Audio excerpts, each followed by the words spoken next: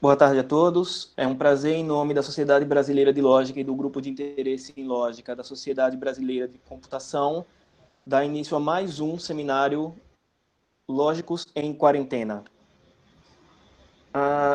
Vale a gente fazer a ressalva de que hoje estamos no dia da Marcha Online pela Ciência, então trata-se de mais um evento endossando esse movimento. E hoje é com grande prazer que a gente anuncia a palestra do professor Wagner Sanz, da Faculdade de Filosofia da Universidade Federal de Goiás, Lógica como Teoria de Problemas. Lembrando que o seminário está sendo gravado. Wagner, muito obrigado por aceitar o nosso convite para participar. Bom, pessoal, boa tarde a todo mundo. É realmente uma sensação muito estranha de ficar falando aqui de frente para a tela, sem a interação. É uma questão de talvez se acostumar.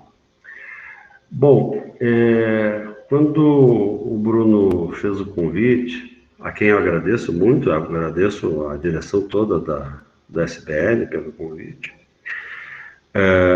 me ocorreu que um tema que poderia ser interessante e que permitiria a participação dos colegas, eu gostaria muito, ao fim de ouvir os colegas, o tema da natureza da lógica, acerca da natureza da lógica. Eu creio que as nossas reuniões do EBL já vêm há algum tempo, não é? Esse vem como um tema latente, importante, que foi discutido em várias reuniões, e acho que há questões verdadeiramente importantes a serem consideradas, e elas não são todas de natureza prática, muitas são de natureza prática, mas há algumas que são de natureza teórica. E como questão de natureza prática, obviamente, não é, a gente pode incluir as relativas ao financiamento, à pesquisa, etc. Dado que, por exemplo, como tema interessante nesse aspecto, muitas vezes o pedido tem sido feito, o pedido de financiamento para os encontros do EBL tem sido feitos à filosofia, ao Comitê da Filosofia, e dada a situação presente com esse governo de, digamos assim, completo desprestígio das ciências humanas, a gente deve prever, não é? Tirando o problema atual da política e tirando o problema, digamos, da pandemia, nós devemos prever ainda tempos mais difíceis para a gente, justamente pela filosofia ter servido sempre como a porta de pedido de financiamento para os nossos eventos.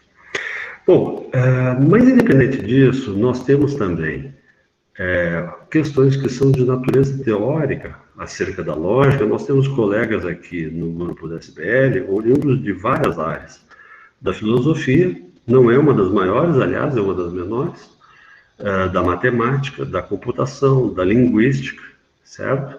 Sendo o pessoal da computação, segundo eu me recordo dos últimos levantamentos que tinha feito o João Marcos, um dos maiores grupos dentro da SBL, da Sociedade Brasileira de Lógica.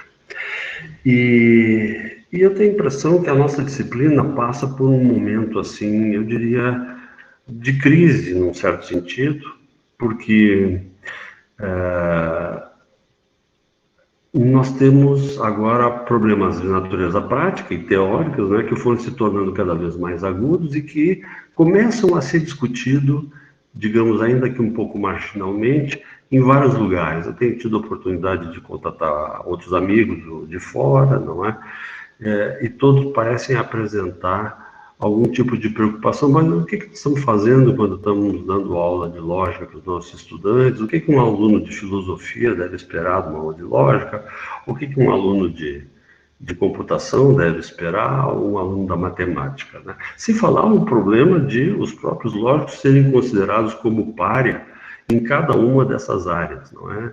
São espécies de pária dentro da matemática, são espécies de pária dentro da computação e dentro da filosofia, ainda que não sejam considerados como párias, são considerados como as pessoas um pouco estranhas que estão lá no canto, e diga-se de passagem, os lógicos são misturados no mesmo bolo dos filósofos da linguagem, dos filósofos analíticos, etc. Não se faz muita distinção sobre essas coisas. O que eu vou apresentar para vocês envolve apresentar uma relação entre lógica e teoria de problemas. E, basicamente, o que eu vou utilizar, o que eu vou me apoiar, vocês têm aí na tela, está um pouquinho pequeno, talvez, mas acho que dá para perceber, 2 artigos importantes, a meu ver. Um deles, do nosso colega, professor Paulo Veloso, professor de vários de vocês, que é de 1984, e que se chama Aspectos de uma Teoria Geral de Problemas. Esse artigo é extremamente interessante, não é o único artigo do professor, tampouco da professora Sheila, eles têm vários artigos escritos sobre problemas, não é? Mas isso é uma coisa que havia ficado um pouco para o passado, e eu gostaria que eles retomassem, e gostaria que nós retomássemos, porque eu vejo elementos extremamente interessantes nesse trabalho. E vejo, inclusive, um programa de projeto de pesquisa que é amplo o suficiente para permitir incorporar gente oriunda das mais variadas áreas, seja filosofia, matemática, computação. E o segundo artigo, que está ao lado, é um artigo também de 1932, como está aí, saiu no Mathematics Zeitschrift, de Kolmogorov, e que se chama Acerca da Interpretação da Lógica Intuicionista.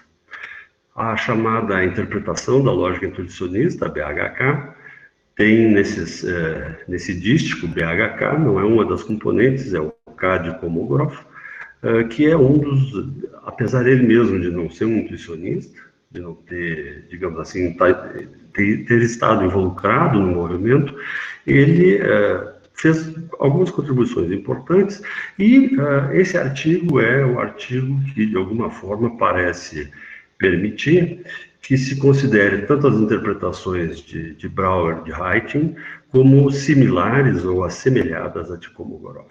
Ok? Eu gostaria, então, de apresentar algumas coisas desse artigo. Vai ser uma apresentação, digamos, breve de algumas ideias principais, e vou cotejar elas com algumas ideias que aparecem dentro do artigo do Veloso. Mas, além disso, eu gostaria também de apontar para vocês alguma bibliografia extra. 2 de um mesmo autor, um italiano, vários de vocês que trabalham em teoria da prova conhecem, já ouviram falar, já um homem maior, mas que publicou recentemente esses 2 livros, Rethinking Logic, Logic in Relation to Mathematics, Evolution and Method, e depois um livro que é mais, digamos assim, filosófico, ainda que o primeiro contenha boa dose de filosofia, que se chama Rethinking Knowledge. Esse o segundo é bem mais recente, e que contém uma proposta de revisão bastante substancial. O primeiro, da revisão do papel da lógica, não é? E o segundo, uma revisão do papel tradicional da filosofia. Em terceiro lugar, nós temos aí...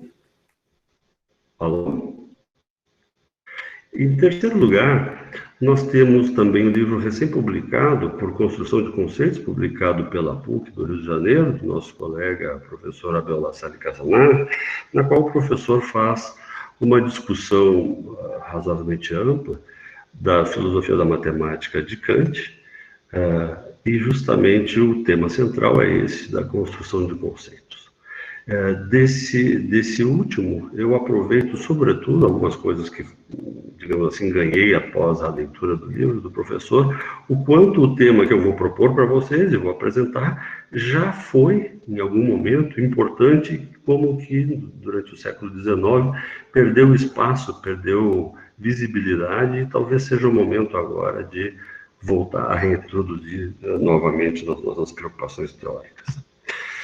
Bom, se a gente pensa, vai examinar a longa história da lógica, desde Aristóteles, nós vemos que algumas coisas estão dentro dessa longa história, que sofre um impacto muito grande, uma modificação muito grande no século XIX, algumas coisas que tradicionalmente a gente poderia incluir como pertencentes a essa larga tradição da lógica, que está bastante ligada, de alguma forma, à filosofia e à história da filosofia.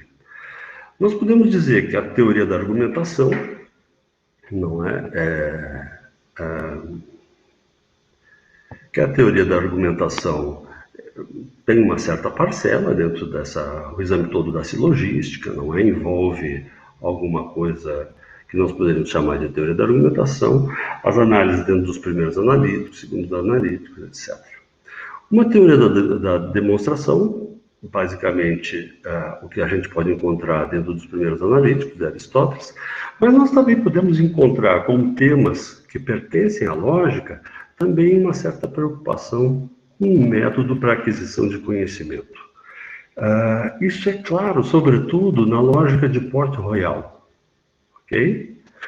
E, além desses, nós temos, ainda compondo o conjunto de temas que estão tradicionalmente ligados à lógica, a análise da linguagem e ontologia. É a partir da análise da linguagem, não é? Tanto nas categorias quanto no De Interpretatione, que posteriormente Aristóteles elabora nos primeiros analíticos toda a sua teoria silogística. Mas nós não temos, com certeza, nessa longa tradição, por exemplo, como temas pertencentes à história da lógica, nem teoria da recursão, computabilidade, nem teoria de conjuntos. A teoria de conjuntos é uma coisa recente, do século XIX, e que passa a estar incorporada nos estudos, digamos, nas preocupações da lógica, justamente quase já ao final do século XIX. Ok? Bom. Quando a gente considera a expressão lógica matemática, que é como uma boa parte dos colegas descreve a grande área sob a qual, digamos assim, ele pratica, seja como professor ensinando, seja pesquisando, nessa grande área de lógica da matemática, nós encontramos algumas coisas que são tradicionalmente concebidas como pertinentes ou pertencentes à lógica matemática. Com certeza, nós podemos contar entre elas a teoria de modelos, também podemos contar a teoria da demonstração, a teoria da prova, a teoria da recursão, computabilidade, teoria de conjuntos e, da mesma forma que na tradição lógica mais antiga, uma certa análise da linguagem e preocupações e estudos de natureza ontológica. Finalmente, talvez a gente pudesse acrescentar mais alguma coisa aqui, mas esses foram os que me ocorreram mais imediatamente. Finalmente, a gente pode também dizer que nós temos as lógicas não clássicas nesse grupo. Mas, aparentemente, não é? Para aqueles que acham, pensam, que fazem lógica matemática, a teoria da argumentação é considerada, em geral, uma componente importante, é visto como uma coisa separada da lógica matemática, nem a questão do método para a aquisição de conhecimento é considerado como um pertinente à lógica matemática.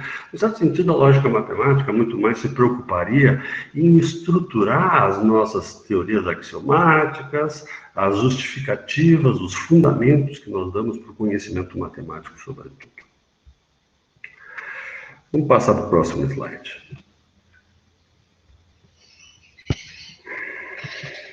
Bom, os problemas de classificação que a gente tem com respeito à lógica, com respeito às várias atividades que nós desenvolvemos, nós temos aqui, talvez tenhamos agora, entre a plateia, o público ouvinte, alguns que trabalham com teoria de conjuntos, nos colocam alguns problemas práticos, de natureza prático-pedagógica, tá certo? Com respeito ao que é que nós vamos desenvolver dentro da universidade, seja na formação dos alunos, seja na iniciação à pesquisa desses mesmos alunos. Então, uma das perguntas que, obviamente, a gente pode se fazer, e a gente se faz dentro dos departamentos de filosofia, é: para que ensinar teoria de conjuntos para os alunos? Qual é o sentido de ensinar, de dar aula de teoria de conjuntos para alunos de filosofia? Não estou dizendo que não exista, a questão é que, em princípio, a teoria de conjuntos parece estar bastante afastada das preocupações que são mais próximas dos interesses dos alunos da filosofia. A mesma pergunta, de alguma forma, pode ser feita com respeito aos alunos que estão estudando computação, que estão recebendo uma formação em computação. Por que é que algum deles se interessaria ou deveria estar interessado, ou deveria ser informado ou formado com temas de teoria da argumentação? Lembro, inclusive, que isso que atualmente a gente chama de teoria da argumentação é, na verdade, uma espécie de movimento que busca muito mais examinar a estrutura dos nossos argumentos, o uso da linguagem, escapando, de fato, das coisas que mais tradicionalmente a gente fazia na lógica. Mas, de alguma forma, se nós tomamos a definição tradicional de lógica como a ciência que estuda, define, caracteriza argumentos válidos, de alguma forma, aquilo que é feito em teoria da argumentação não pode ser nem irrelevante, nem indiferente às nossas preocupações na área de lógica. E, em terceiro lugar, por exemplo, nós poderíamos nos perguntar o que interesse poderia ter um aluno em ser formado ou informado sobre métodos gerais para aquisição de conhecimento. Pensemos, por exemplo, em heurística de provas, em contraprovas. Isso está bastante bem para quem trabalha, por exemplo, na computação, talvez nem tanto para quem se interessa por temas de filosofia, mas não é claro que alguém que está na matemática tenha muito interesse por esse tema. Bom, vamos em frente. O que é interessante, sobretudo nisso que nós chamamos de lógica matemática, é o seguinte: existe uma base comum a essa, que eu caracterizo aqui muito rapidamente, muito brevemente, que é a seguinte: nós, na lógica, consideramos que temos uma determinada linguagem na qual se formulam asserções pertinentes a um determinado campo teórico. Em geral, o campo teórico do qual se trata é o campo da matemática. Então, nós temos um conjunto de asserções matemáticas que, de alguma forma, estão organizadas logicamente, certo? O conhecimento, desde esse ponto de vista, é encarado como um estoque de asserções.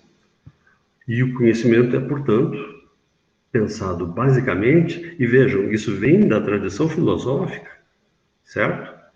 Como sendo conhecimento declarativo. Um conhecimento declarativo organizado, provavelmente, organizado em teorias axiomáticas, por exemplo, mas sempre conhecimento declarativo.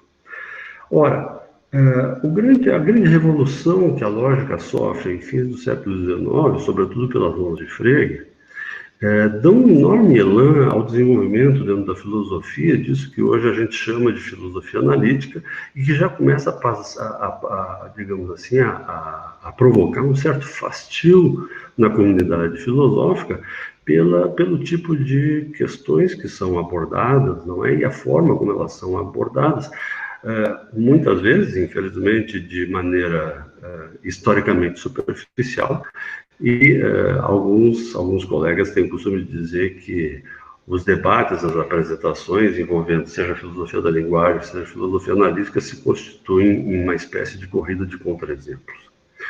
Bom, e o que há de importante, o que é, digamos assim, o essencial, o central dentro da filosofia analítica, é exatamente o seu método filosófico, que é o método de análise conceitual. Ok? Nós podemos listar também, como surgimento desse enorme desenvolvimento da lógica a partir do final do século XIX, tanto a filosofia da linguagem quanto a filosofia da lógica contemporânea. Bom, eu estou, por enquanto, só nos prolegômenos. Vamos agora entrar um pouco mais proximamente nas definições. Nós podemos nos perguntar o que é lógica e a gente vai encontrar várias respostas diferentes para o que é lógica, certo? Seja como for, tradicionalmente, historicamente, numa história de mais de 2000 anos, a lógica é vista como a ciência, ou a doutrina, ou a disciplina que estuda argumentos válidos. Só que a própria noção de argumento válido, ela pode ser definida de formas diferentes. Por exemplo, nós temos a noção de preservação da verdade, que corresponde mais ou menos ao que propôs Tarski, não é? Na sua teoria, não só na teoria da verdade, mas também na teoria de modelos que a partir daí se desenvolve. Mas existem outras propostas, existem outras formas de considerar a ideia de definição de argumento válido, e uma delas é a de preservação da demonstração. Isso está particularmente evidente, isso é particularmente presente, não é? Dentro do intuicionismo, e de alguma forma a gente pode encontrar isso já na própria semântica BHK, de Heinck, ou também nós podemos encontrar algo parecido, ainda que um desenvolvimento um pouco distinto, dentro das tentativas mais recentes de Pravitz de abordar esse tema, esse conceito de grounds. Os grounds, as bases, os fundamentos para uma afirmação, para uma asserção. Como curiosidade, nós temos ainda uma terceira possibilidade, que é a do Corcoran, não é, que procura definir argumento válido como preservação da informação. Bom, mas sem dúvida nenhuma, na lógica matemática, essa que se desenvolve a partir do final do século XIX, nós temos aqui uma proposta, e que é o que dá surgimento exatamente a essa expressão lógica matemática, o qualificativo matemática sendo agregado à lógica, que é uma preocupação com os fundamentos, com a base da matemática, e o papel que as leis lógicas teriam nessa fundamentação da matemática. A última possibilidade que eu estou considerando aqui, que é exatamente a que eu vou procurar desenvolver de alguma forma, tá certo?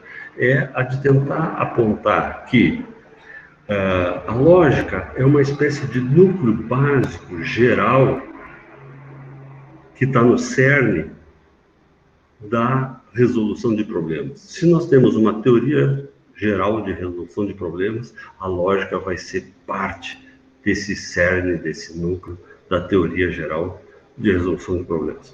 E eu espero poder mostrar isso apontando para vocês, justamente, sobretudo, aqueles dois artigos que eu apresentei mais ao começo, que são os de Kolmogorov e Veloso. Vamos ver o que diz o Celucci naquele livro que eu mostrei para vocês anteriormente, que se chama Rethinking Logic. Na página 1, portanto, bem no começo do livro. Ele diz o seguinte, eu só peguei um pedacinho, um pequeno trecho, serve muito mais como exemplificação do que propriamente para construir a posição dele, que é bastante longa. Eu sugiro àqueles que têm interesse ao tema que procurem, o livro é muito interessante, que procurem ler o livro, se já não o fizeram. As pressuposições básicas da lógica matemática, que este foi o propósito pretendido da lógica matemática, é aparente em Frege, que baseia o assunto nas seguintes pressuposições. O propósito da lógica matemática é o de dar um fundamento seguro para a matemática. Isso é essencial. To place the truth of a proposition beyond all doubt. Colocar a verdade de uma proposição para além de toda dúvida. E isso está dentro dos fundamentos da aritmética. Número 2. A lógica matemática busca o seu propósito através do estudo do método da matemática. Isso iria mostrar as bases últimas sobre as quais repousam a justificativa para ter ou manter uma proposição como verdadeira. E isso está justo na página seguinte da citação, onde aparece aquela pequena citação no ponto 1, colocar a verdade de uma proposição além de toda dúvida. De fato, O contexto onde isso aparece é o seguinte, e eu aqui simplesmente fiz um pasting and copy. Eu procuro aqui mostrar qual é o contexto dos fundamentos da aritmética de Frege, onde aparecem essas observações que Celucci faz. Rapidamente vou olhar essas partes que estão postas, destacadas em vermelho. Primeira, depois de abandonar por um certo tempo os velhos padrões euclidianos de rigor, a matemática está de novo de retorno a eles. E mesmo fazendo esforços para ir além. Então, eu quero destacar aqui o importante, que é o seguinte, aparentemente, Frege, no final do século XIX, está pensando o seguinte, olha, veja, a matemática enveredou por certos caminhos que não são e não eram totalmente rigorosos, como haviam sido, não é? Já na matemática antiga, na matemática da Grécia Antiga, e em particular com Euclides. Nós vamos ver que há razões bastante boas para suspeitar que o Frege tem uma noção, que provavelmente é a noção de época, a noção importante no final do século XIX, que não corresponde provavelmente ao que nós podemos ver dentro da geometria euclidiana. E na aritmética, completa ele, e na aritmética, não somente por causa de que muitos dos seus métodos e conceitos se originaram na Índia. Tem sido a tradição raciocinar menos estritamente do que na geometria, que foi principalmente desenvolvida pelos gregos. Depois, a segunda observação, ele diz o seguinte: o problema se torna, de fato, aquele de encontrar a prova de uma proposição e de persegui-la, de segui-la para trás até as verdades primitivas. Se ao levar à frente este processo, nós encontramos unicamente leis lógicas gerais e definições, então a verdade é analítica, mantendo em mente que nós devemos levar em conta também todas as proposições sobre as quais a admissibilidade de qualquer uma dessas definições depende. Então, nesse momento, o Frege está considerando se o conhecimento matemático é sintético ou se ele é analítico, e se tudo ele repousa sobre leis lógicas, então deveria ser considerado analítico. E aqui nós vemos a importância, não é, dentro dessa concepção fregiana, que nós chamamos de logicista, do papel da lógica para a fundamentação da matemática. Eu não quero me estender demasiado, a ideia era simplesmente mostrar, apontar certos momentos chaves da história do desenvolvimento da lógica matemática desde o final do século XIX. Eu não quero entrar no debate acerca dos fundamentos da matemática, não quero falar sobre a escola Hilbertiana, nem sobre o intuicionismo, nada disso. O interesse maior era ver como esse conceito de lógica matemática aparece. Tá certo? E ele aparece, provavelmente, ou principalmente, pelas mãos de Frege. Bom, o que vai dizer o Celucci nesse livro dele, Rethinking Logic? Ele quer apresentar um paradigma alternativo para a lógica e também para a filosofia. O segundo livro trata, sobretudo, do caso da filosofia. O paradigma lógico alternativo, que vai ser, digamos assim, esboçado nesse livro, também envolve uma nova visão da relação da filosofia com o conhecimento. De acordo com a lógica matemática, a filosofia analítica, a qual é estritamente relacionada a ela, a filosofia não oferece meios para a aquisição do conhecimento. Ela unicamente clarifica aquilo que já é conhecido. De acordo com este paradigma lógico alternativo, a filosofia pode oferecer um tal meio. Oferecer o quê? Formas de adquirir conhecimento. Isso estende a relação da lógica com o conhecimento ao todo da filosofia. Então, essa é a pretensão do Celucci, de alguma forma, mudar paradigmas, mudar paradigma do que é que nós tradicionalmente entendemos por conhecimento e, ao mesmo tempo, mudar paradigma do que é que nós entendemos pela lógica. E o interessante é o seguinte, nós vamos ver que aquilo que ele está propondo, de alguma forma, tem bastante proximidade com essa ideia de que a lógica é uma parcela da teoria geral de problemas. Trata-se, de alguma forma, o que ele faz nos seus livros, é buscar na tradição elementos que mostrem, que suportem a tese dele, de que, de fato, a questão, seja do método da aquisição do conhecimento, ou do que nós entendemos ou pensamos como sendo conhecimento, já tem suas raízes nesse passado, nessa grande tradição. Certo?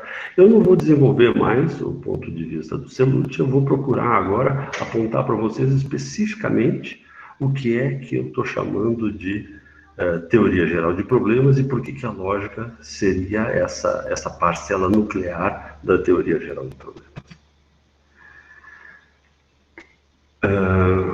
Bom, nós podemos fazer, vocês conhecem, provavelmente, a distinção entre conhecimento de saber como, não é?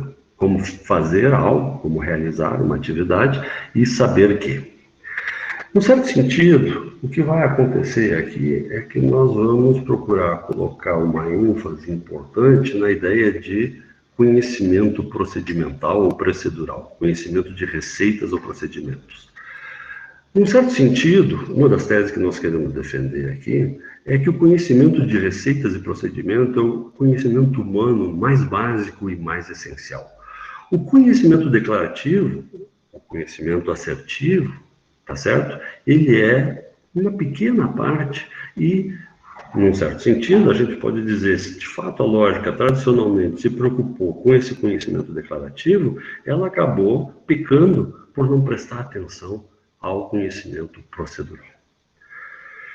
Ora, e há suporte na história, não só na história da filosofia, na história da ciência, na história do conhecimento humano, de que o conhecimento se dá, o desenvolvimento do conhecimento se dá. Diga. Me dá bem melhor, né? Alô? Prefere comprar aqui não? Não tem hambúrguer, não tem. Bruno? Wagner, eu acho que foi só um probleminha que uma pessoa teve e ativar acidentalmente o microfone. Eu desativei o microfone e peço desculpa se não foi o caso. A gente repassa no final para interações. Ok, perfeito. Então, tradicionalmente, o desenvolvimento das ciências e do conhecimento se dá na forma de proposição de problemas e uma certa corrida na tentativa de resolver esses problemas. Como são, por exemplo, a quadratura do círculo, para citar só os casos da matemática, trissecção do ângulo, duplicação do cubo, etc. Ok?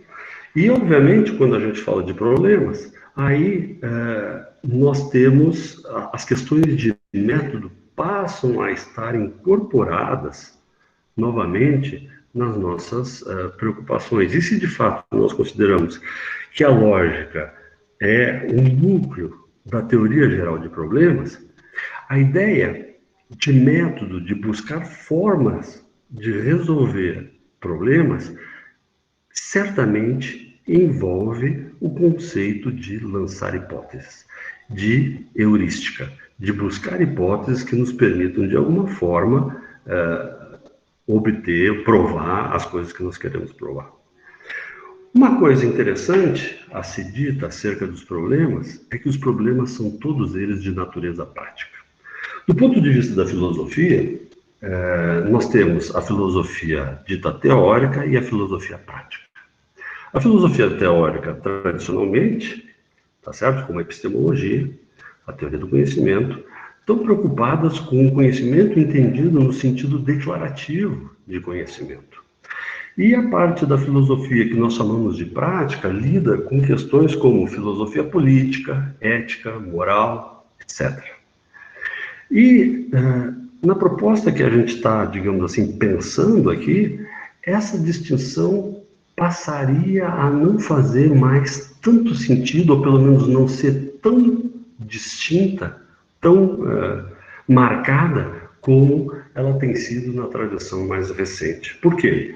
Porque se de fato o nosso conhecimento é um conhecimento acerca de problemas, e problemas são de natureza prática, então o conhecimento não pode ser simplesmente afastado, não pode ser separado do que nós chamamos de filosofia prática.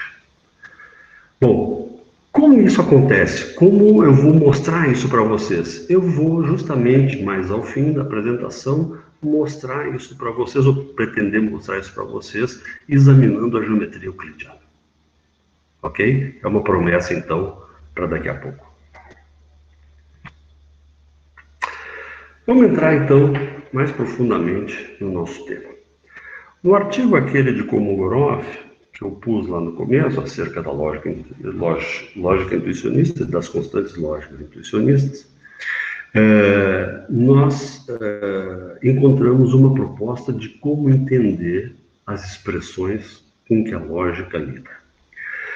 O próprio Kolmogorov, posteriormente, depois de ter publicado aquele artigo em 1932, numa carta, ele diz o seguinte acerca daquele artigo. Ele diz, acerca da interpretação da lógica intuicionista. Ela foi escrita com a esperança de que a lógica de soluções de problemas se tornasse uma parte regular dos cursos de lógica. E pretendia, não é? A intenção era de construir um aparato lógico unificado que lidasse com objetos de dois tipos, as proposições e os problemas. Bom, do jeito que ele faz a declaração, ele vê que de fato as coisas não aconteceram como ele esperava, não é? E justamente o que eu quero apontar para vocês é porque ele considerava importante ou interessante que a lógica devesse tratar ou lidar com problemas. Aqui eu apresento 5 exemplos que estão no próprio artigo, são os exemplos que estão no próprio artigo do Kolmogorov, de problemas. Ele não conceitua o que é um problema, o que ele vai chamar de um problema, ele se limita a dar esses 5 exemplos e assume que esses exemplos são suficientes para caracterizar o objeto do qual ele está falando. O primeiro deles diz o seguinte: encontrar ou encontre, depende de como a gente traduz, 4 inteiros x, y, z e n, tal que x na n mais y na n igual a z na n para n maior que 2. Eu creio que a melhor forma de traduzir isso é na forma imperativa. Mas mesmo que não seja na forma imperativa, como encontre, que a gente o faça na forma infinitiva, encontrar, uma coisa parece ficar claro nos 5 problemas que ele descreve. Todos eles envolvem ações. No primeiro, nós temos a ação de encontrar. No segundo, nós temos a ação de provar. No terceiro, nós temos a ação de construir. No quarto, nós temos novamente a ação de encontrar, que está marcada, dada uma certa informação. E na quinta, nós temos novamente encontrar, assumindo que o número π tivesse ou tenha uma expressão racional n sobre n. O interessante, então, é o seguinte, é que, aparentemente, todos os problemas que nós formulamos envolvem uma ação que deve ser realizada, algo que deve ser efetuado, algo que é intencionado de alguma forma. Ok? E quando eu formulo um problema dessa forma, um problema não corresponde a uma proposição. Ou, pelo menos, não corresponde, com certeza, a uma asserção. A questão é, eventualmente, alguns poderiam pensar, e muita gente tentou fazer isso na história recente da lógica, associar proposições a problemas. Eu proponho que a gente não faça isso, que a gente considere os problemas na sua natureza íntegra, tá certo? Como ações, ou como o pedido de que uma certa ação seja realizada. Como é que o Kolmogorov entende que os problemas estão relacionados com a lógica. Tá justamente o cerne de toda a sua ideia está nesse pequeno quadradinho que fala das constantes lógicas, conjunção, disjunção e implicação. Ele diz o seguinte: se A e B são dois problemas, então A e B denota o problema, resolva ambos os problemas A e B. E eu estou lendo solve como imperativo aqui. Enquanto A ou B significa ou está por resolva ao menos um dos problemas A e B. Mais adiante, A implica B é o problema. E esse first and second aqui, simplesmente eu estou notando, isso fui eu que acrescentei no texto original de Kolmogorov, dizendo que ele dá, na verdade, duas explicações para a implicação.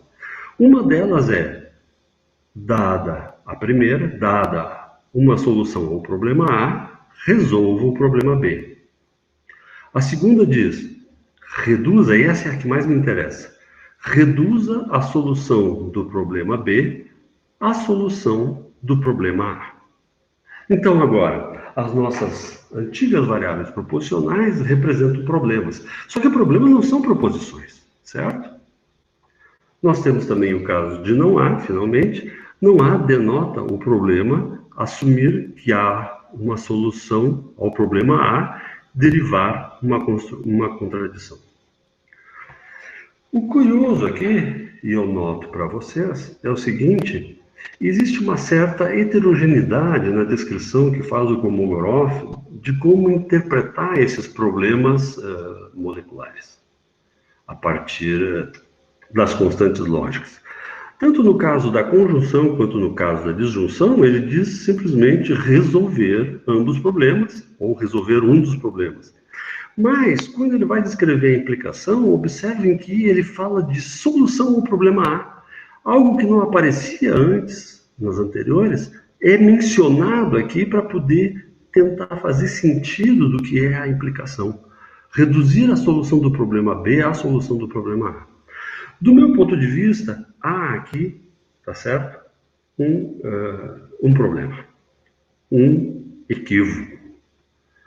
E acho que esse equívoco está bem resolvido pelo professor Veloso no artigo que eu mostrei para vocês e que nós vamos dar uma olhada nele daqui a pouco. Bom, eu acabo então de apresentar o que é o cerne do Kolmogorov para a noção de problema. Aquelas fórmulas do cálculo proposicional que nós estamos acostumados a utilizar, pensando nelas como proposições, são agora vistas como problemas. E, digamos assim, o A e o B representam problemas básicos, num certo sentido, ou problemas atômicos, se vocês quiserem. Mas tem uma segunda parte, uma segunda citação, um segundo extrato do artigo do Kolmogorov, que eu considero interessante, extremamente importante para os nossos propósitos, e que é esse que vem aqui logo a seguir. Num certo momento ele diz o seguinte: encontrar um método geral, ele está falando, na verdade, do que é o princípio de terceiro excluído. Encontrar um método geral, o qual, para qualquer problema A, permita a alguém encontrar a sua solução ou derivar uma contradição a partir da existência de uma tal solução. Essa é a interpretação, então, que ele dá agora o princípio de terceiro excluído, desde esse ponto de vista problemacional, se nós podemos dizer. Claro, por isso o princípio de terceiro excluído não pode ser verdadeiro, olhado desde essa perspectiva. Por quê? Porque para que ele seja bom, verdadeiro, eu teria que ter um método geral que me permitisse, para qualquer problema, encontrar a solução do problema ou mostrar que eu posso derivar uma contradição, supondo a existência de tal solução. E a frase importante é a que vem agora, ele diz, em particular, se o problema A consiste em provar uma proposição, a gente deve ter um método geral que nos permite ou provar a proposição ou reduzi-la a uma contradição. Eu acho que a coisa mais importante que ele fez nessa pequena sentença aqui é a de apontar que provar como ato pode ser tratado também como problema. Então, nesse sentido, tudo que nós fazemos na lógica, quando estamos pensando que temos uma asserção e que estamos produzindo a prova de uma asserção, nós estamos nos dedicando a uma espécie bem particular de problemas, os problemas de provar. E, portanto, na verdade, tudo que nós fazemos na lógica, tradicionalmente, quando consideramos proposições, asserções, etc., é nos reduzir a um pequeno, mas pequeníssimo âmbito de objetos que poderia ser muito mais estendido, poderia ser considerado muito mais extenso. Aqui, para resumir, o que Komorogorov tinha dito, então, o problema A e B vai ser entendido como resolver ambos os problemas, A e B. O problema A ou B, resolver pelo menos um deles. E o problema A que implica B, e esse é o mais interessante para todos nós agora, é o de reduzir a solução do problema B à solução do problema A. Eu posso já adiantar para vocês qual é a minha intuição acerca do que está mal aqui. E o que está mal é que nós não deveríamos mencionar a noção de solução para a definição do que é o problema A que implica B. Que a redução de que trata relativa à implicação é a redução do próprio problema B ao problema A.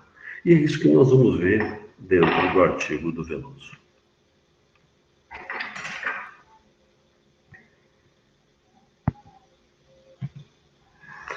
Bom, passando agora para o artigo do Veloso. O Veloso diz o seguinte lá: aqui, pretendemos tratar das questões menos usualmente abordadas, o que é um problema, o que é uma solução, com uma postura mais de análise de crítica. Nosso objetivo é desenvolver um ambiente onde noções tais como problema, solução, etc., recebam formulações matemáticas precisas. Esse artigo foi publicado nos cadernos de História e Filosofia da Ciência da Unicamp em 1984.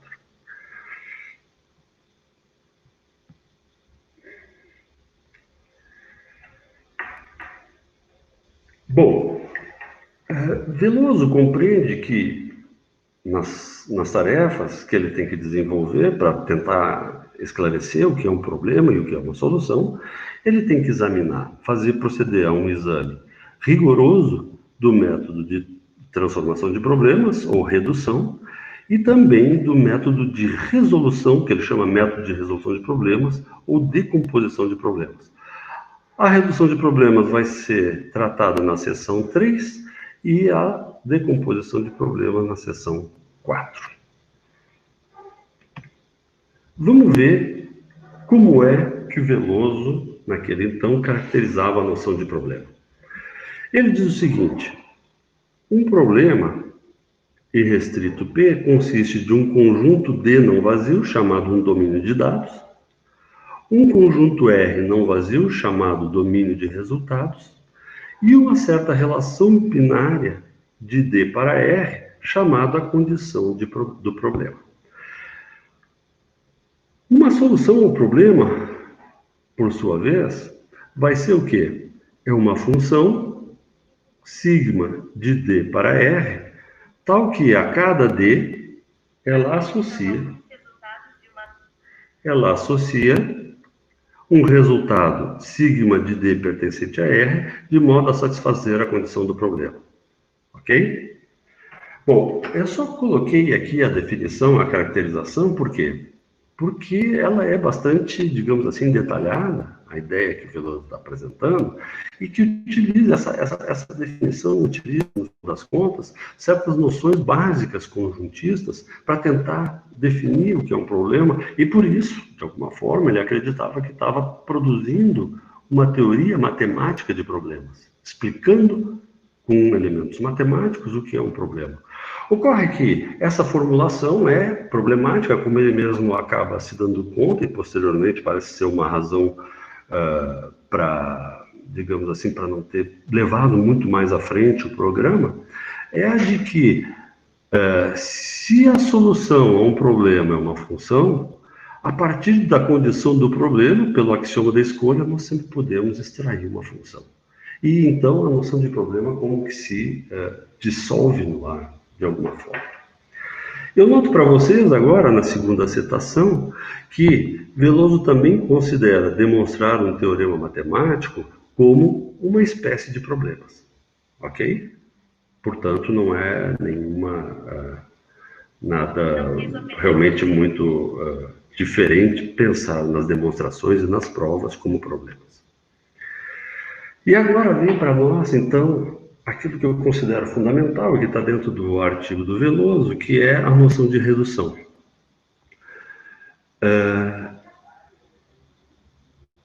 A redução de um problema, ele pede primeiro que a gente considere dois problemas, P e P'. Um elo gama de P para P' exige duas funções de tradução, ou uma função de tradução e uma de recuperação.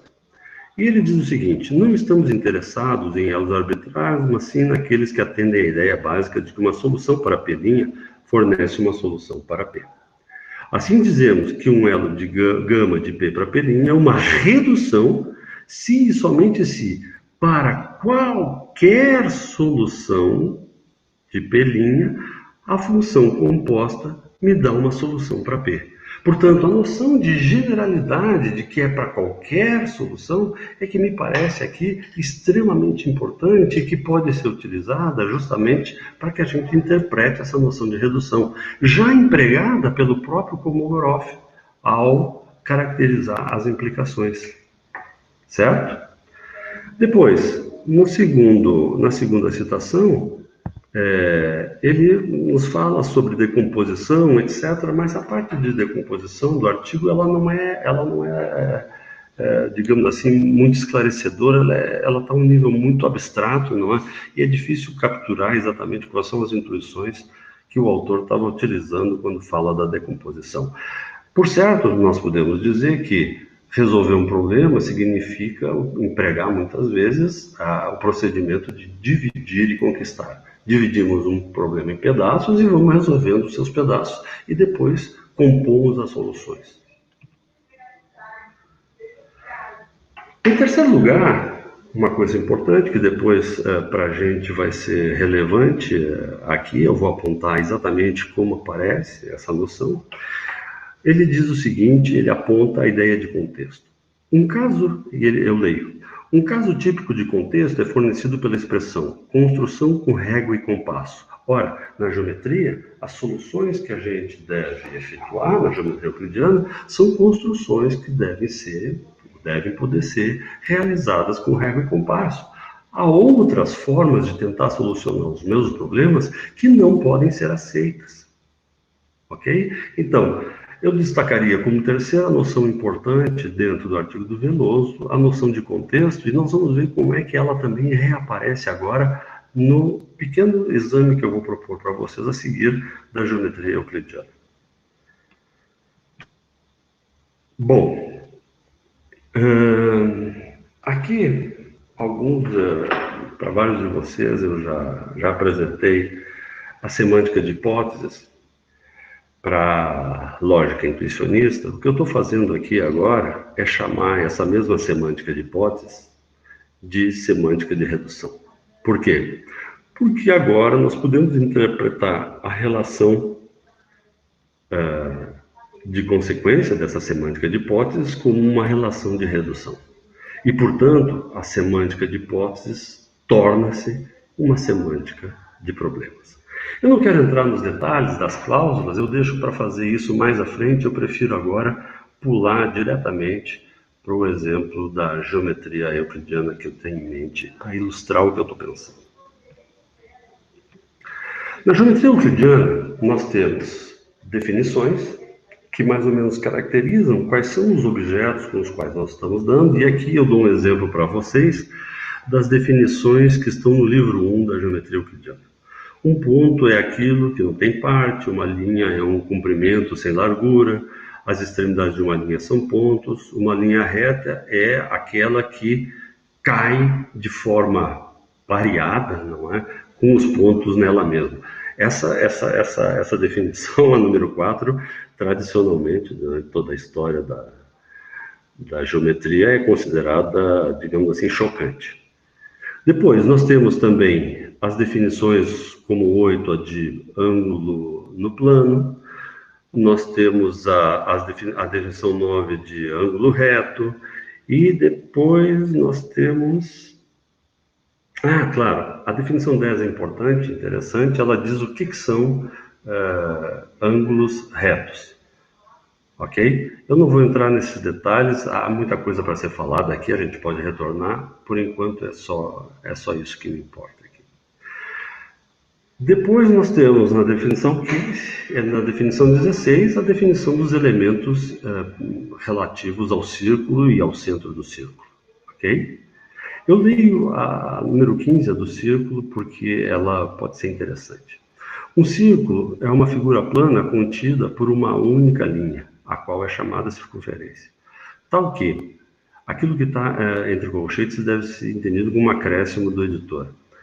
Tal que, de todas as linhas retas que radiam em direção à circunferência de um ponto que está entre aqueles que cai dentro da figura,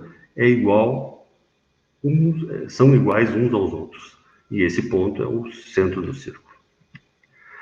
Além das definições, nós temos os assim chamados postulados, dentro da geometria euclidiana.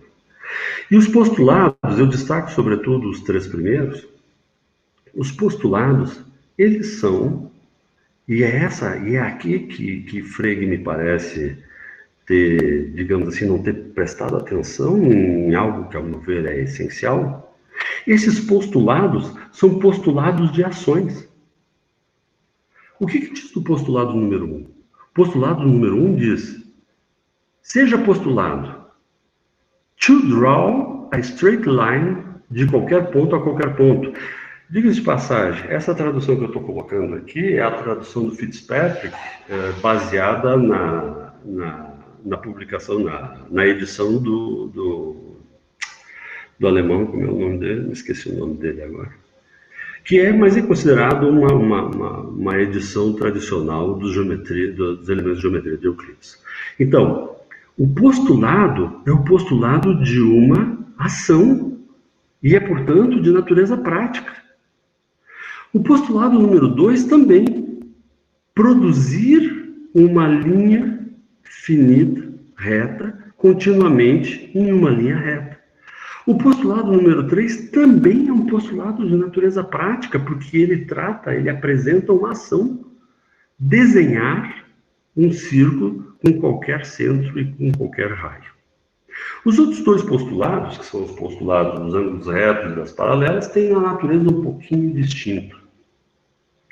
Pois bem, o que eu quero dizer para vocês é o seguinte: esses postulados podem perfeitamente bem ser interpretados como problemas, já que eles são ações, eles são de natureza prática, mas são problemas de uma espécie bastante particular, são problemas que eu estou considerando como imediatamente resolvíveis, como solúveis, problemas que nós saberíamos como resolver. E é com base nesses problemas que nós saberíamos resolver que nós vamos resolver vários dos outros problemas que vão aparecer dentro da geometria euclidiana. Além dos postulados, nós temos as noções comuns, e eu destaco em particular a noção comum número 1. Coisas iguais à mesma coisa são também iguais uma à outra. E isso aqui serve, a gente vai ver, como uma espécie de regra de inferência. Importante. Vamos agora para a primeira proposição da geometria euclidiana no livro 1. Ela diz o seguinte, e ela, a meu ver, todo mundo mais ou menos sabe disso, não pode ser associada a uma asserção. Na verdade, de modo geral, as proposições da geometria euclidiana podem ser classificadas entre aquelas que são para construir, algo que é para construir, e algo que é para mostrar ou demonstrar. E a primeira proposição da geometria euclidiana é uma proposição que pede para construir algo. Ela não faz nenhuma asserção. Isso que está posto aqui não é uma asserção, é o enunciado de um problema. Construir um triângulo equilátero dada uma linha reta finita. Que linha reta finita? A linha AB. A partir da linha AB, como nós construímos um triângulo que tenha todos os três lados do mesmo comprimento de AB. Certo? Bom, o que nós precisamos para fazer para resolver esse problema? Para resolver esse problema, nós temos que desenvolver certas ações, que são mais ou menos as seguintes ações. Aqui vocês têm todo o texto da prova, da primeira proposição, ok? Mas isso aqui pode ser basicamente resumido da seguinte forma. Se nós tomamos a linha AB e queremos obter o triângulo ABC, o que é que nós fazemos?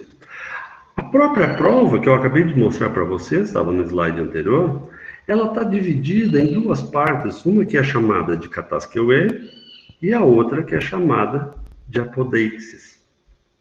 Na Kataskiwé, o que se faz? É na Kataskiwé, efetivamente, que nós produzimos uma construção. E a construção que nós produzimos, nesse caso, é a seguinte: nós traçamos o círculo BCD, esse círculo aqui, e depois, não depois, poderíamos ter feito antes, poderíamos ter feito os dois juntos, traçamos o círculo ACE. Portanto, essa conjunção que aparece aqui não indica precedência temporal. E essa conjunção está funcionando como uma conjunção de dois problemas.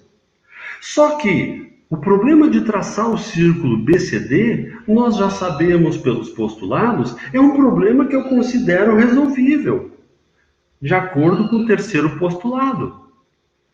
O segundo problema, o problema de traçar o círculo ACE, também é um problema que eu considero resolvido, conforme o postulado. E é só depois de ter feito o traçado desses dois círculos, só depois de ter feito ele, é que nós vamos poder traçar as retas AC e BC. Dessa forma, obtendo um triângulo.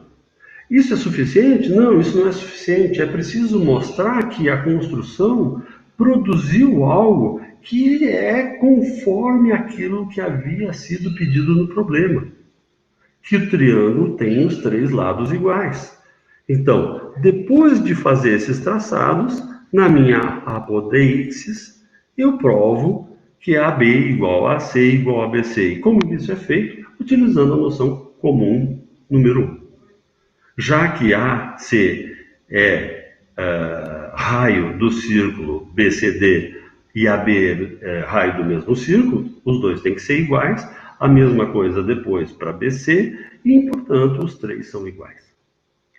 O que é que eu fiz, então? O que é que Euclides faz na primeira proposição, que é um problema dentro da geometria? O que ele faz é mostrar que a ação, o problema de traçar um triângulo equilátero ABC se reduz àqueles problemas que estavam postulados em um, postulado 2, não, postulado 3, na verdade,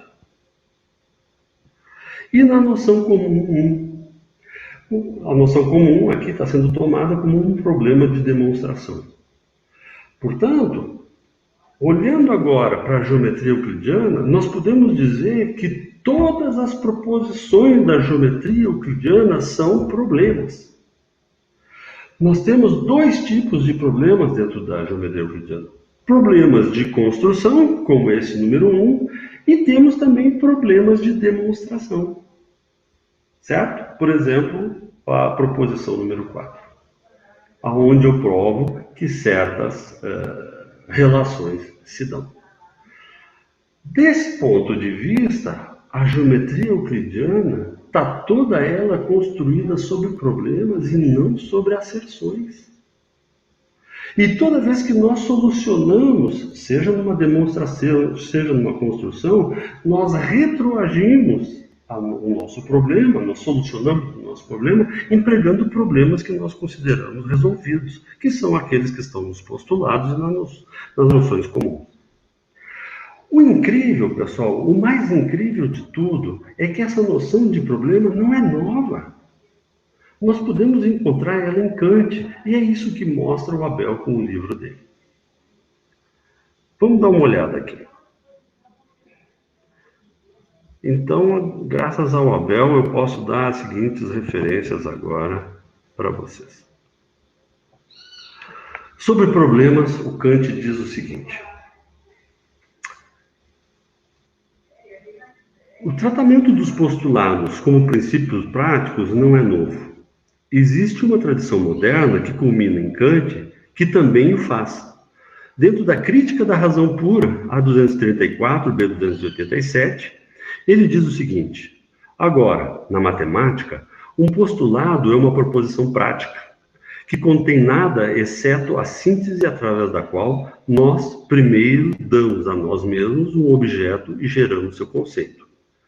O de descrever um círculo com uma dada linha a partir de um ponto no plano. E agora vem o que infelizmente eu acho que não está presente na edição no livro do Abel, a seguinte observação que eu considero essencial. E uma proposição desse tipo não pode ser provada, desde que o procedimento que ele demanda é precisamente aquele através do qual nós, pela primeira vez, geramos o conceito de uma tal figura. Não, perdão, eu retiro o que eu disse, está lá na citação do Abel. É uma outra parte que não está. Então, o que está dizendo Kant? Ora, um postulado não pode ser provado. Por quê? Porque isso que ele envolve, a ação que ele envolve, de alguma forma, é a mesma ação que a gente já pode encontrar na própria definição de círculo.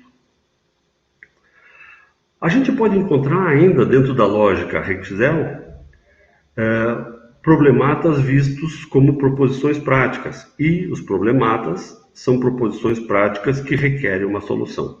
Portanto, em Kant, nós já temos toda essa abordagem para a própria geometria euclidiana, utilizando, empregando a noção de problema e de solução. O curioso é que, no espaço de menos de 100 anos, de Kant até Frege, tudo isso, aparentemente, foi esquecido. E nós passamos a nos fixar completamente somente no conhecimento declarativo, no conhecimento assertivo. E a lógica passou a tratar unicamente do conhecimento assertivo. Finalmente, nós temos aqui o seguinte, dentro da lógica IF, no parágrafo 38, um postulado é um princípio prático imediatamente, uma proposição imediatamente certa, ou um princípio que determina uma possível ação, e no caso do qual pressupõe-se que a forma de executá-lo é imediatamente certa. Problemata, são proposições demonstráveis. E isso é curioso. Aqui sim, aqui a gente tem que se perguntar, mas peraí, o que ele está chamando de proposições demonstráveis? Ou por que empregar a palavra demonstrável nesse contexto? Lembre, proposição em Kant aqui, provavelmente se refere, ou nessa tradução em inglês aqui, se refere às proposições da geometria euclidiana. O conceito de proposição, como nós utilizamos na lógica, não existia, ainda não estava. E que requerem uma diretiva, ou uma que expresse uma ação, a maneira da qual a execução não é imediatamente certa. Nota 2. Um problema envolve, uma questão que contém o que deve ser feito, e 2, a resolução, que contém aquilo, que contém a maneira, a forma na qual aquilo que deve ser feito pode ser executado. E 3, a demonstração, que é quando eu dei procedimento, e então requer-se que isso ocorra. Me desculpe, essa tradução do inglês não tá das melhores, mas, bom, os colegas certamente têm melhores condições que eu para traduzir isso. Bom, chegamos dessa forma ao fim da exposição. Eu vou suprimir a parte das cláusulas para a semântica de problemas que eu tenho ali listado. Nós podemos voltar a elas. Eu gostaria só de ler a seguinte passagem nesse slide aqui, para complementar, e que é a seguinte. Eu faço uma referência ao professor Schroeder-Heister, numa publicação sobre teoria da prova, problemas de teoria da prova, de semântica de teoria da prova, de 2016, e faço a seguinte observação, que é a observação importante aqui. Uma outra forma de ampliar a figura consiste em ver a lógica como parte de uma teoria geral de problemas. E é o mérito de Kolmogorov ter feito isso no século XX. Na história da matemática, os problemas foram amplamente o objetivo central da teoria, sendo posteriormente substituídos pela perspectiva de asserção ou de teoremas. No entanto, uma grande parte da ciência contemporânea, da medicina às ciências sociais, tem sido sempre dirigida à resolução de problemas. Ora, num certo sentido, o que a gente faz, e sobretudo nisso que nós chamamos de ciências técnicas, é resolver problemas.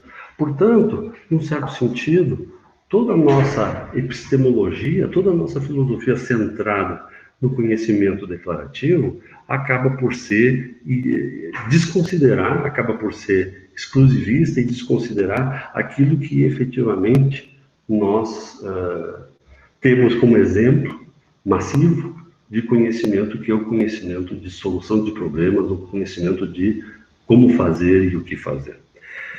Eu peço desculpas pelo demorado, pelo extenso da apresentação e agradeço a atenção de todos vocês. Obrigado. Muito obrigado, Wagner, pela apresentação. Bom, a gente inicia agora um espaço para interação. Eu vou pedir só a todos que, para evitar várias pessoas falando ao mesmo tempo, se manifeste inicialmente pelo chat quem desejar fazer alguma pergunta. Lembrando que a apresentação está sendo gravada, vai ser disponibilizada no YouTube após o encerramento. Se alguém preferir não falar, pode digitar a pergunta e eu repasso.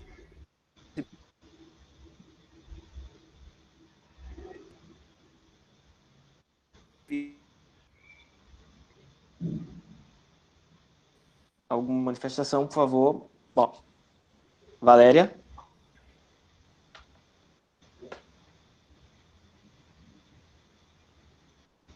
Desculpa a demora, sempre preciso rastrear onde é que faz para mudar. Obrigada, Wagner, muito, muito bom, gostei muito. Aprendi coisa aberta. Eu queria que você voltasse para o slide 18, eu acho, se você puder fazer o favor. 18.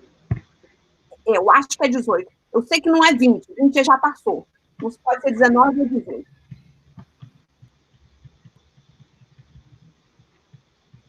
Isso é só porque é uma coisa que eu perdi. Eu estava me distraí, quando eu voltei para tentar escrever, e já tinha perdido.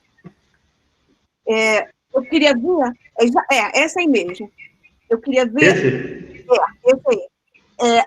A gente está fazendo uma redução do problema P para o problema P', certo? É isso? Deixa eu lembrar se é de P para P', de... Pois é, esse que é o problema, exatamente esse. Deixa eu lembrar aqui como é que é. Vou botar a página inteira, tá? E aí, um elo gama de P para P' consiste numa função, a tradução que vai de D para D', assim, eu estou reduzindo o problema P a P'. Então, o que está sendo feito é o seguinte, usando implicação, se eu estou reduzindo P a P', então o que eu estou fazendo é o seguinte, P' implica P. Porque aí você está usando duas funções. Uma que leva os dados de um problema do principal ali, que vai dar D para D', que é a função extradutiva. E a função sigma, ou rho, sei lá, rho, para recuperação, né, que vai dos resultados de R' para os resultados de R. Isso faz muito com uma categoria dialética, né? Desculpa, a categoria de? Dialética. As minhas, que são modelos de lógica linear, a mesma cara, que vai de D para D' e volta de R' para R, mas você tem mais uma coisa que precisa ser satisfeita, que é uma implicação entre os lados da coisa. Então, você tem também ali o Q e o Q'. E aí, para uma categoria dialética, você precisa falar que uma certa relação entre Q e Q' também é estabelecida.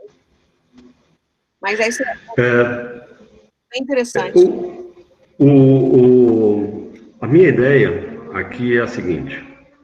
O Veloso tentou fazer um trabalho realmente importante aqui, utilizando a linguagem mais poderosa que ele poderia empregar, a linguagem de conjuntos, para tentar descrever essa noção de problema.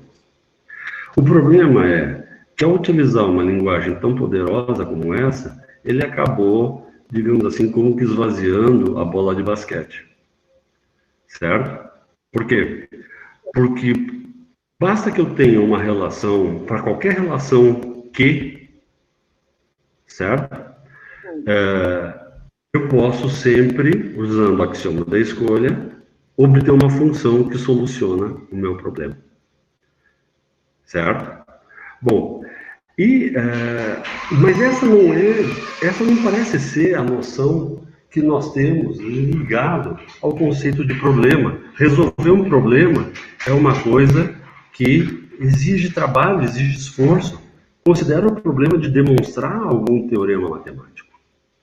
Ok? Então, eu acho interessante a tua observação e posso fazer um complemento aqui a ela, dentro de alguns segundos, mas o importante, a meu ver, aqui é o seguinte, é que essa tentativa de elucidar o conceito de problema usando conjuntos foi mal sucedida.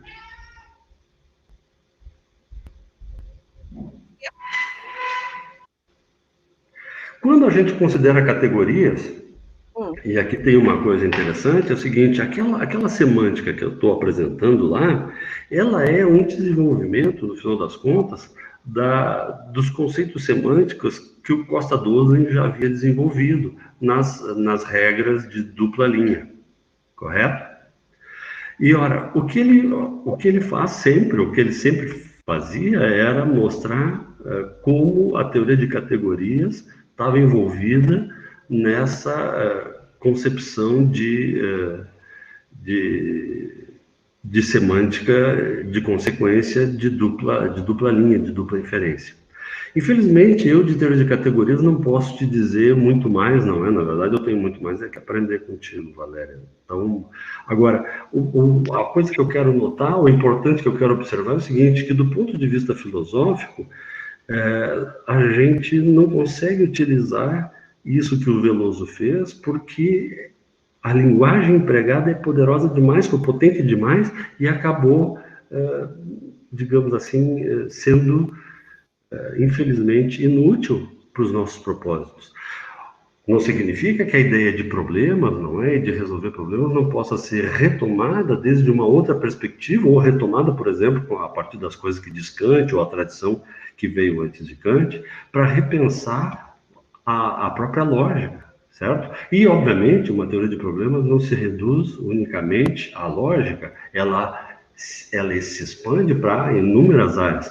Então, a gente pode ver que várias áreas da engenharia da computação, engenharia elétrica, etc., vão ter teorias de problemas, digamos assim, regionais, das quais uma teoria central, a teoria nuclear, seria a lógica. Eu acho que uma olhada num paper do Andreas Glass, de 1993, chamado Answers. Como é? Não entendi, Valério. O paper do Andreas Glass é chamado de Questions and Answers, perguntas e respostas. Ok. Também. Onde ele faz essa ligação entre o Kolmogorov e a teoria de problemas dele, e a complexidade, que é isso essa era outra coisa que eu ia reclamar, que no seu slide 5, por exemplo, a gente lembra daquelas coisas, dessa classificação da lógica matemática em 4 partes, mas a gente acha que atualmente está faltando uma, né? Essa noção de teoria de complexidade não está aparecendo. Eu coloquei lá, eu não sei se tu quer dizer com isso mais, mas eu coloquei lá, só um pouquinho, deixa eu aceder. Lá, bom, em primeiro lugar, eu tinha dito que não era exaustivo, não é? Acho que você tinha dito que não era exaustivo mesmo. Mas aqui tem teoria da recursão / computabilidade. Mas computabilidade e recursão é diferente. Tá bem. Poderia botar complexidade como algo distinto, tá bem, mas ao botar recursão, na verdade eu nem gosto de recursão, eu preferia ter deixado computabilidade em geral, não é? Só acho que é pertinente a discussão em curso. O Samuel pede para acrescentar que se tirar o axioma da escolha e trabalhar com relações ao invés de funções, talvez a coisa fique mais realista. O problema, eu acho que é uma observação interessante, né? Vamos tirar um pouco de potência do que nós utilizamos. Mas é que a noção de problema envolve a noção de ação, tá certo? E nesse sentido, por exemplo, eu me interesso muito mais por teoria de categorias, que parece preservar essa noção de ação, do que a teoria de conjuntos, que não preserva essa noção de ação, tá? Não quer dizer que a gente não possa fazer traduções, tá bem? Eu acho que essa pergunta agora, na verdade, teria que ser muito mais dirigida ao próprio Veloso, porque eu tenho a impressão que o Veloso tinha um programa de pesquisa e ele abandonou o programa de pesquisa. Certo? Não, mas é muito interessante. Muito obrigada pelas respostas todas. Ok.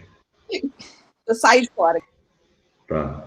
Bom, dando continuidade, então, a Bílio.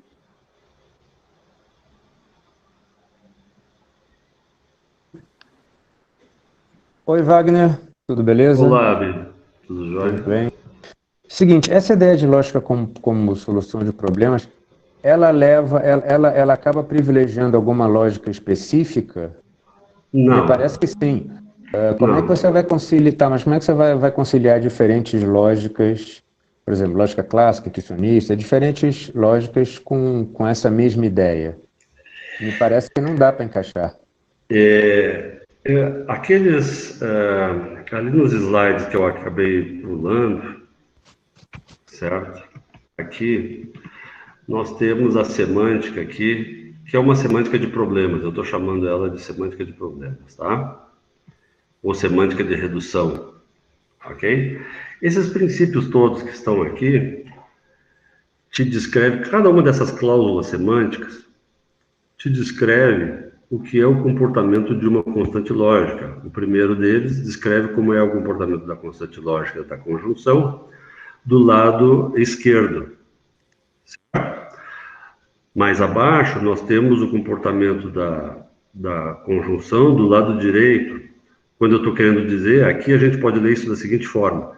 C e D se reduz a gama quando?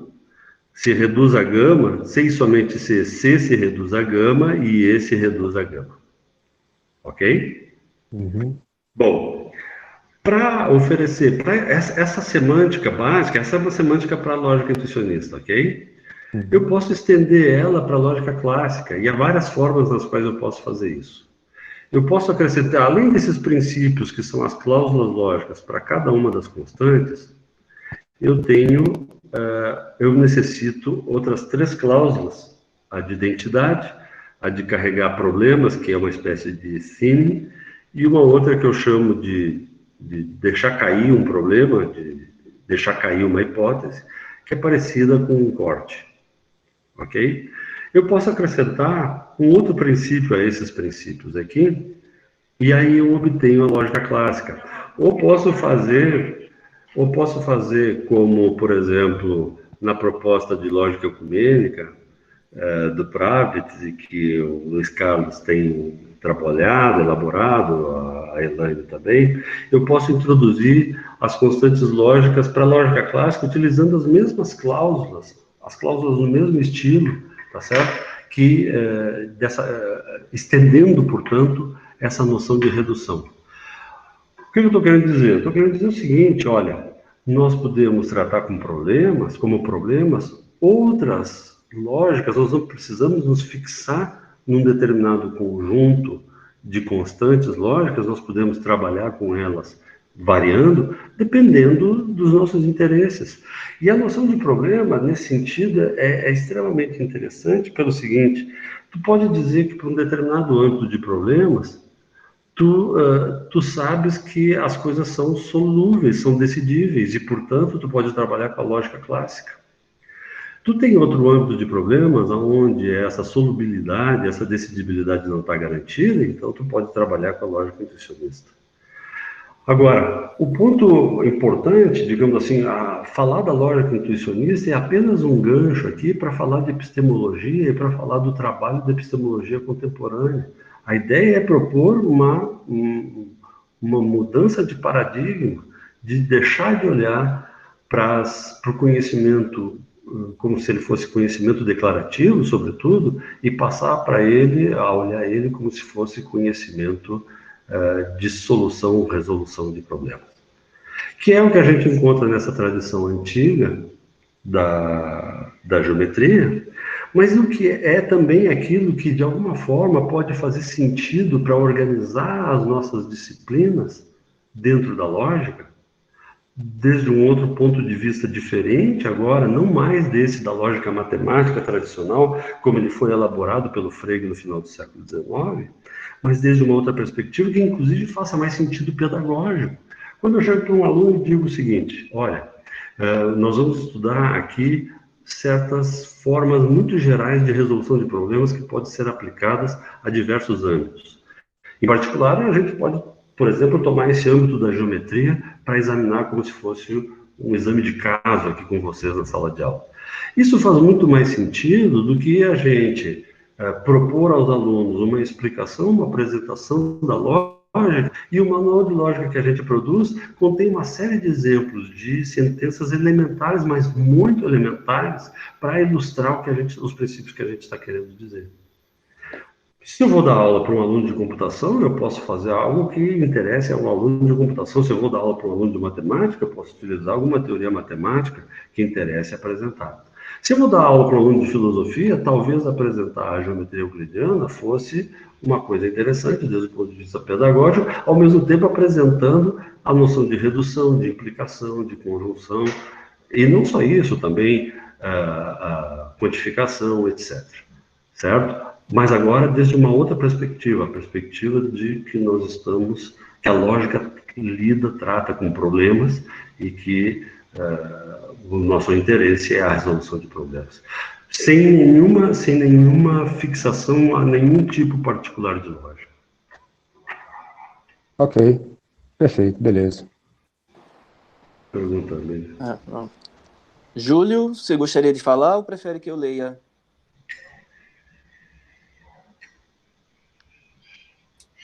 Abrir a câmera aqui. Melhor. Não, eu posso falar. Boa tarde para todo mundo. Tá certo? Olá. Então, eu vou ler a pergunta. Em relação às definições ou possíveis escopos da lógica que você apresentou na página 8, eu gostaria de surgir um escopo adicional. Também, mesmo, vou incorrer no mesmo erro da Valéria, talvez, assumir que aquilo era uma exaustão, era uma lista exaustiva e não é. Mas, mesmo assim, a minha sugestão é lógica, o estudo de Abstract Belief Calculi, ou cálculos abstratos de crença, onde os valores de crença, por exemplo, verdade, probabilidade, possibilidade, etc., podem ser binários, discretos, categóricos, reais, intervalares, funcionais, etc. Essa definição de lógica a torna útil na solução de problemas mesmo quando esses problemas ainda não estão bem postos. Isso é, completamente estruturados e bem definidos. Qual é a motivação dessa pergunta? É que eu tenho a impressão que a lógica se dividiu assim, em duas áreas muito separadas, né? Uma que ficou mais ligada à filosofia e fundamentos da matemática, né? Em que a gente olha muito para a teoria da prova, basicamente, né? E outra ligada à estatística, ligada à computação, a certas áreas da computação, ligada às áreas de machine learning, onde a gente quer fazer conta, né? Fazer cálculo modelar de alguma forma a nossa crença e construir ferramentas de raciocínio que sejam úteis para resolver problemas nesse sentido amplo. Era isso que eu tinha a dizer. Júlio, na verdade, assim, eu não tenho absolutamente nada contra, digamos assim, pensar desde esse ponto de vista probabilístico, de crenças, etc. Tudo isso está perfeito. A ideia muito mais aqui é a seguinte: o que a gente faz hoje na área de lógica extrapola em muito o que foi esse programa original de fundamentação da matemática. Na verdade, sejamos sinceros, pouca gente tem hoje interesse nesse programa. Várias coisas que o programa parecia propor não se realizaram e não vão se realizar. Só que nós continuamos trabalhando e idolatrando alguns grandes nomes que produziram alguns dos resultados mais importantes, brilhantes, em geral pela década de 30 do século XX, como se fossem os modelos do que é que a gente tem que fazer quando está trabalhando com lógica.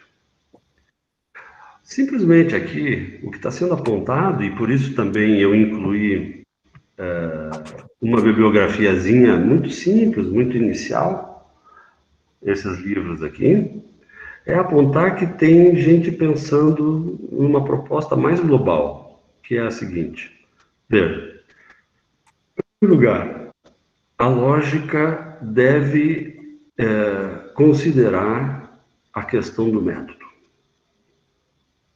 coisa que a lógica matemática, de forma tradicional, não considera como relevante, como parte. E nesse sentido, por exemplo, a heurística. Não significa que, ao fazer esse giro para a noção de problema e considerar que o conceito de problema é o conceito mais fundamental, basilar, para estruturar toda a grande área de lógica, não significa que a gente vai excluir as coisas que nós já obtivemos até agora, que é isso que a gente pode chamar de conhecimento declarativo e como nós organizamos o nosso conhecimento declarativo, teoremas, asserções ou crenças, etc. Certo? Simplesmente é observar que há uma amplitude extremamente grande de problemas que a gente poderia aproximar ou afastar um pouco mais da lógica, quando a lógica é considerada como o núcleo central da teoria geral de problemas. Certo? Então, quando tu falas acerca de raciocínio probabilístico, associado a crenças, etc., tudo isso está considerado, tudo isso está, digamos assim, permitido, mas desde um ponto de vista, isso sim, essa seria a tentativa, na qual nós nos colocamos um problema mais ou menos concreto do tipo, bom, se eu tenho tais crenças, de que forma essas crenças se relacionam ou oferecem apoio para uma outra crença? Certo? Bom, a questão toda é de formular um problema com alguma precisão acerca do assunto, mas de forma nenhuma isso está excluído. A ideia geral é muito mais criticar as pretensões do que foi tradicionalmente a lógica matemática, observar que nós temos vários problemas, vários deles de natureza prática, desde financiamento das pesquisas, e saber o que é que cada um faz, e se aquilo que cada um faz pode ser considerado lógica, e por que é considerado lógica? Nós temos esse problema nos nossos encontros do EBL já por anos, mas também do ponto de vista pedagógico. Por que é que eu tenho que ensinar um aluno de filosofia, eu tenho que dar aula de teoria de conjuntos para um aluno de filosofia? Ou mesmo outras coisas muito mais simples que teoria de conjuntos. Certo? Essa é a questão toda, me parece, passa por tentar visualizar interesses e problemas, ou relacionar interesses e problemas de acordo com a área de trabalho de cada um. Ok?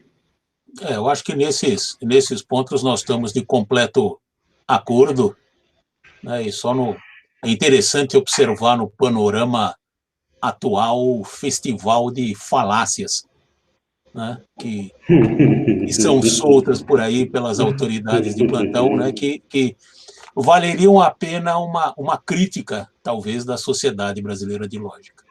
Né? Não deixar tanta besteira voar solta, assim, sem crítica. Muito obrigado pela resposta. Tá bem, obrigado.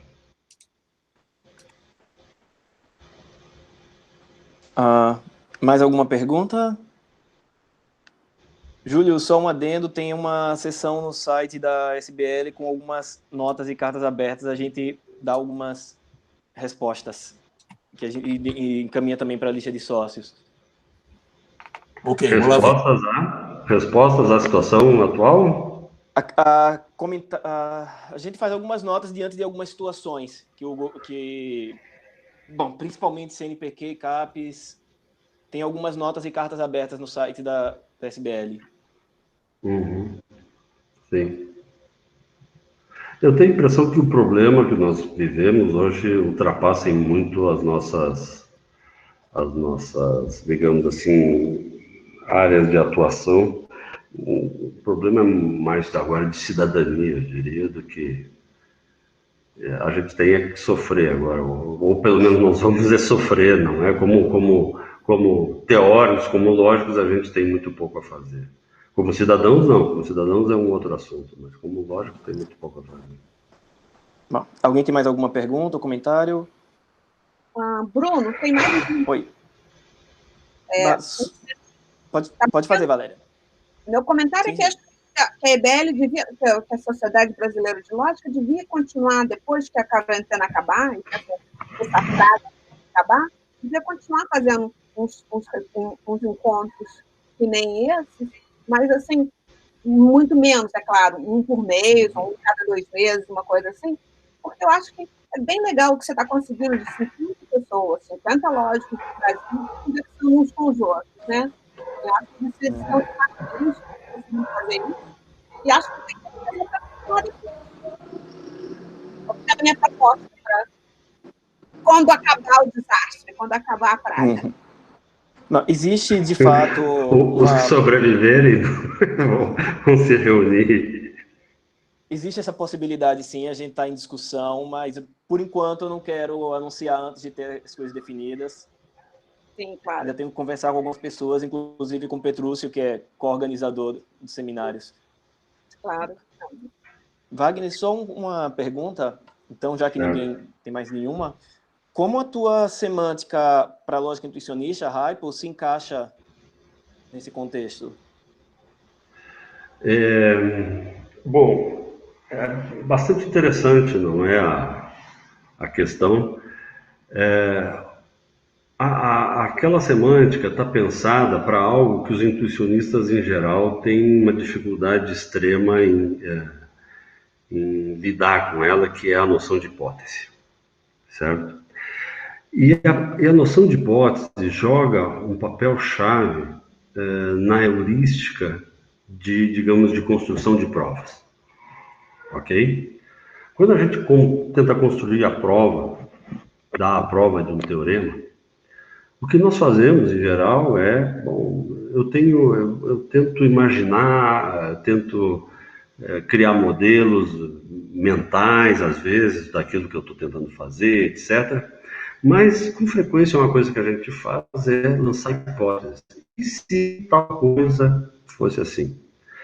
E nós tentamos ir quebrando o nosso problema aos poucos, lançando hipóteses até o momento de dizer, bom, consegui resolver todo o meu problema. Qual é o problema? O problema é de provar algo. Então, naquela semântica, o que acontece é o seguinte, é que a noção de hipótese passa a desempenhar ali dentro um papel importante, e tanto o conceito de prova quanto o conceito de verdade desaparece. O que ganha relevo, tá certo? Isso já está, por exemplo, nos trabalhos do Costa Dosen, é o conceito de consequência. Ora, o interessante aqui é o seguinte, que a ideia de problema está intimamente ligada a essa noção de lançar hipóteses para tentar provar algo. O nosso método racional básico de tentar resolver problemas é encontrar certas, digamos assim, ações intermediárias, ou hipóteses nesse caso, que me ajudem a estabelecer um caminho entre o que eu sei fazer e o que eu não sei fazer. Então, para resolver um problema, eu preciso de heurística. Eu preciso de ter uma teoria de como eu vou me virar, de como eu vou quebrar o meu problema, que coisas... se eu pudesse fazer tal coisa, então eu resolveria tal problema. Ora, no final das contas, a prova de um teorema procede exatamente da mesma forma. Ok? O que há de idêntico é que, em vez de eu utilizar o conceito de consequência semântica, eu estou usando o conceito de redução. E uma coisa que no meio da fala da Valéria me ocorreu é o seguinte, e a noção de redução pode ser pensada, isso aparece no texto do Veloso, de forma local e de forma mais ampliada, de forma global. Quando dentro de uma teoria eu tenho uma implicação, eu posso dizer que ali há uma espécie de redução, uma relação de redução entre dois problemas. Mas eu posso relacionar diferentes teorias também, ok? Eu posso tomar coisas muito diferentes e mostrar que problemas de uma delas se reduz a problemas de outra teoria. E, portanto, aí eu faço uma redução que é externa, e esse tipo de redução externa me permite fazer o quê? Me permite conjugar teorias, me permite estabelecer links e relações em diferentes teorias, certo? Essa me parece a noção mais interessante de redução e que nos permite, digamos assim, navegar dentro do conhecimento em várias áreas, em diversas áreas. Eu não sei se fui claro, Bruno, mas essa é a ideia. Sim. Foi sim. Mas, assim... Bom, mais uma vez... Valéria? Desculpe. Mas acho que assim, foi claro o que você está falando, Wagner, e é claro que a gente gostaria de ter uma redução que ligasse teorias diferentes, mas também tem uma noção, assim, também uma noção interna, me parece uma coisa que eu não estou concordando com essa ideia de que o programa do Veloso deu consumo de água. Ainda não. Eu acho que é uma questão de, como sempre, a gente vai lá e modifica um pouquinho de acordo com o bom. Mas... o problema não é só dar com os burros na água, não é. De fato, eu considero o artigo muito interessante, importante, não é? A questão é como a gente faz também para desenvolver uma tradição e ligar essa tradição a algo que já havia aparecido na tradição filosófica e lógica também, tá certo? E que, de alguma forma, implica também uma certa mudança de paradigma na forma como nós abordamos os nossos temas, como nós olhamos as coisas que nós fazemos. Não, muito interessante, concordo plenamente. Obrigada. Obrigado, Valéria. Bom, mais uma vez, muito obrigado, Wagner. Vou interromper a gravação. Ok.